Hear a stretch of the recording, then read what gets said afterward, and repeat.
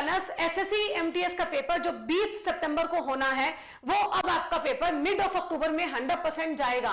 ठीक है, ये हमने लिख भी दिया, देखो विल द एमटीएस एग्जाम 2025 का पोस्टपोन, यहाँ पे क्या है, देयर इज अ 99% नहीं, इसको आप 100% कर दो। ठीक है, 100% चांस है, चांस क्या 100% ये मिड ऑफ अक्टूबर में जाएगा। इसके रीजंस क्या है, ये देखो। रीजन नंबर 1 क्या है, सीजीएल का जो पेपर आपका बच्चे जो 13 अगस्त से 30 अगस्त तक होना था वो तो हुआ ही नहीं, अब ये सितंबर में होने वाला है। तो सीजीएल का एग्जाम ही 20 से 25 दिन चलेगा, जो कि आपका पूरे सितंबर तक जाएगा। और सितंबर के लास्ट में सीएचएसएल आपका होगा, क्योंकि लिस्ट वाइज आ गया है ना पेपर, पहले सीजीएल होगा फिर सीएचएसएल होगा। तो ऐसे करते करते मतलब आप देखो सितंबर अक्टूबर तक आपका मतलब 10-15 अक्टूबर तक आपका सीएचएसएल होगा, उसके बाद जाके आपका एमटीएस का नंबर आएगा। तो देयर आर 100% चांसेस कि लास्ट या मिड ऑफ अक्टूबर या लास्ट वीक ऑफ अक्टूबर में आपके एमटीएस के पेपर जाएंगे। ठीक है, ये बिल्कुल सारे साफ साफ रीजन लिखे गए हैं यहाँ पर, तो आपको घबराने की जरूरत नहीं है, ना ही डरना है। लेकिन आपको एक बात तय करनी है कि आपका पेपर जिसकी डेट 20 सितंबर को लिखी गई थी, ठीक है, जो कि होना था, तो आपको क्या करना है, तैयारी उस हिसाब से ही करनी है कि हमारा पेपर 20 सितंबर को होना है। उस हिसाब से आप अपनी तैयारी करिए, क्योंकि आप पहले भी मेंटली वैसे ही तैयारी कर रहे थे, प्रिपेयर थे ना मेंटली, तो आपको तैयारी 20 सितंबर के हिसाब से करनी है। लेकिन आपको क्या करना है कि एक्स्ट्रा आपको दिन मिल जाएंगे, अक्टूबर तक आपको तकरीबन 40 दिन मिल जाएंगे एक्स्ट्रा, जिसमें आपको क्या करना है, ज्यादा से ज्यादा मॉक लगाने हैं। मॉक्स पे ज्यादा कॉन्सेंट्रेट करिए और देखिए कि आपकी मॉक्स में किन चीजों में कमियां रह रही हैं, कहां आप एरर कर रहे हैं, कहां पे आपकी गलतियां रह रही हैं, उन गलतियों को इंप्रूव करें। ठीक है, ये आपके पास में एक्स्ट्रा दिन है।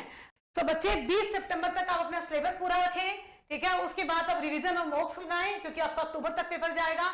And always be ready for the exams. ठीक है, आगे देखिए, अब पेपर के अगर पैटर्न को देखते हैं तो जो पहला सेशन है, ठीक है, एक दिन में 2 सेशन होते हैं। पहला जो सेशन है उसमें रीजनिंग और मैथ्स आती है, जो कि बिल्कुल क्वालिफाइंग नेचर की है। ठीक है, इतने नंबर तो लाने हैं कि आप क्वालिफाई कर पाए। ठीक है, ये आपका पैटर्न हो गया। उसके बाद में हम आते हैं सेशन 2, जो कि बहुत बहुत इंपॉर्टेंट है। जब आप यहां से क्वालिफाई कर जाओगे, सेशन 2 में आ जाओगे, सेशन 2 के बेस पर आपकी मेरिट लिस्ट बनेगी, आपका चयन होगा। ठीक है, जिसमें जीके और इंग्लिश आएगी। सिर्फ आपके कितने कितने क्वेश्चन आएंगे, 25 क्वेश्चन जीके के, 25 क्वेश्चन इंग्लिश के। एक एक क्वेश्चन 3-3 नंबर का होगा, 75 नंबर जीके के, 75 नंबर इंग्लिश के। जैसा कि एडिक्विटी आने के बाद में हमने ट्रेंड देखा है, जीके के जो क्वेश्चंस हैं थोड़े ट्रिकी आ रहे हैं, है ना, कंक्लूजन बेस आ रहे हैं, असर्शन रीजन के क्वेश्चंस आ रहे हैं।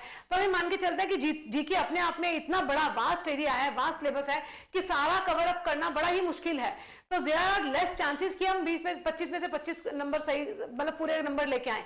तो आपकी एक्यूरेसी के पूरे नंबर गेन करने के चांसेस कहां बनते हैं बेटे, सिर्फ और सिर्फ इंग्लिश के अंदर। इंग्लिश एकमात्र ऐसा सब्जेक्ट है, अगर हम देखें, जिसमें क्वेश्चन बहुत इजी हल्के लेवल के आ रहे हैं एडुकेटी के आने के बाद में।